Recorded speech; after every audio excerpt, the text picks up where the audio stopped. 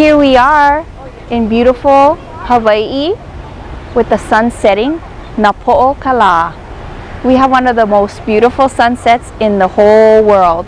Lucky we live Hawaii. Aloha patrons, thanks for joining me. Tracie here and Roke. Did you practice your ha'awina? Did you practice your lesson? Maikai. We're gonna go over that lesson and I'm gonna help you with any questions that you have. So leave it at the comments below. Let's practice the okina, e ho'opili mai okina, and kahako, e ho'opili mai kahako, maikai. The okina, what does it do? You're right, it makes the break in sounds.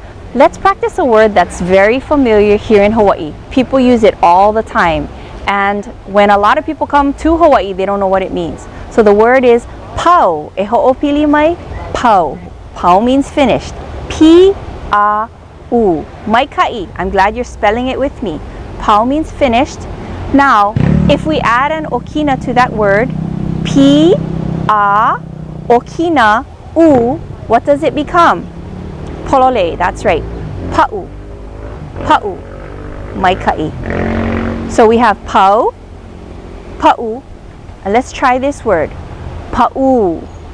That's P-A, okina, U, kahako. Remember we practiced the kahako?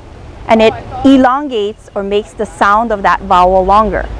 P-A, okina, U, kahako. How do we say that word? Paʻu. What I want you to do is go to your dictionary, your Mary Kawena Puku'i dictionary or any dictionary that you can find. But again, that thick one by Mary Kawena Puku'i, no, they're not sponsoring me. That's the best one though, is the best.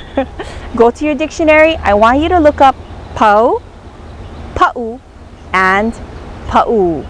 Maikai. Until we meet again, ahui ho. Bye-bye.